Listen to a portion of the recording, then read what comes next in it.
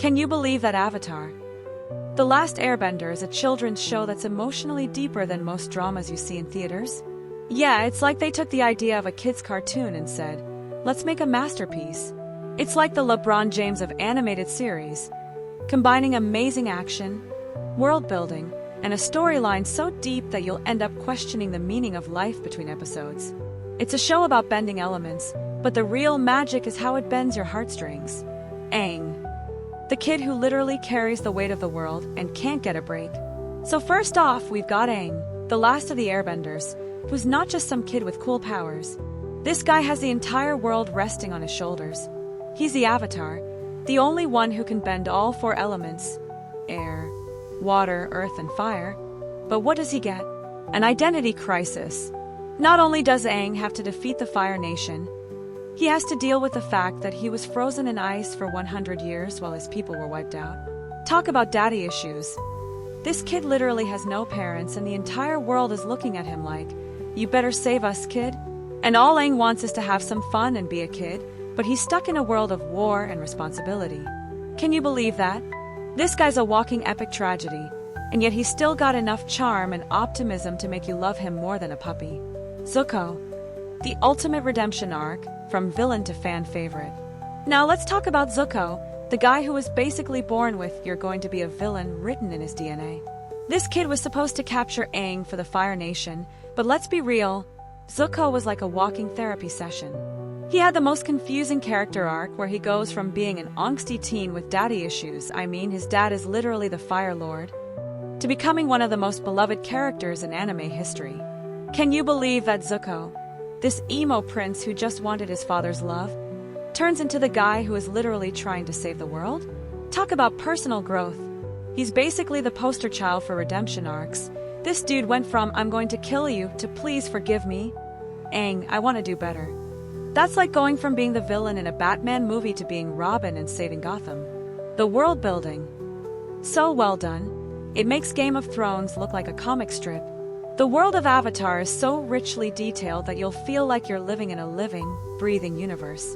Each of the four nations, Water Tribe, Earth Kingdom, Fire Nation, and Air Nomads, is so well thought out that they feel like they could be their own standalone series.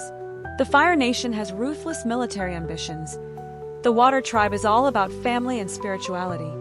The Earth Kingdom is the last bastion of resistance, and the Air Nomads are just peace-loving monks who get wiped out in the first episode.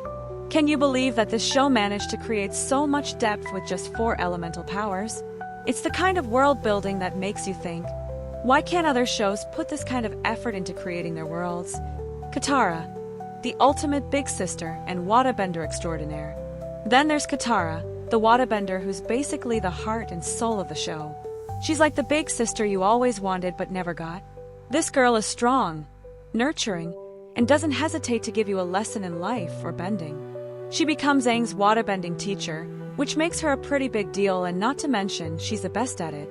Can you believe that Katara, who starts off as just the girl who wants to help everyone, becomes a master waterbender who can literally pull the water out of the air? Yeah, she's that good. Plus, the romantic tension between her and Aang? Oh, it's delicious. But you know what? She's not just Aang's crush. She's an absolute powerhouse who can go toe-to-toe with anyone, even Zuko. Appa and Momo, the real MVPs of the show.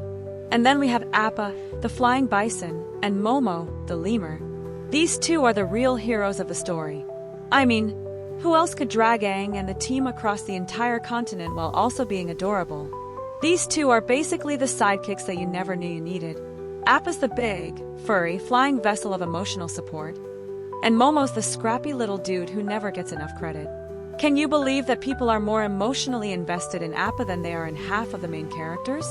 I mean, if anything ever happened to Appa, the whole world would collapse. The Fire Nation, the greatest villains you'll never forget. And let's talk about the Fire Nation. These guys aren't just some basic bad guys who want to rule the world. They're the ones who've already taken over most of it and are doing their best to obliterate the rest. Their firebending abilities are insane, and they've got a whole army led by a guy who doesn't even care about his son. And the other guy, the Fire Lord, is literally evil incarnate. He's like a walking disaster with a bad temper. Can you believe that their whole mission is to burn everything to the ground? And all they get is a showdown with a kid who just wants to bend his way out of this. Yeah, they definitely didn't expect that, did they? The ending. Beautiful, heartbreaking, and totally satisfying. Finally, let's talk about the ending. The end of Avatar is a heart-wrenching masterpiece. It's not just the final battle that has you on the edge of your seat. It's how the characters have grown over the seasons. You go from feeling like Aang is this immature kid to seeing him take on the role of the hero in a way that'll have you cheering and crying. The final fight with Fire Lord Ozai. It's the epic showdown we've been waiting for. Can you believe how the show managed to end on such a perfect note that it left us all wanting more, but also knowing that it couldn't get any better?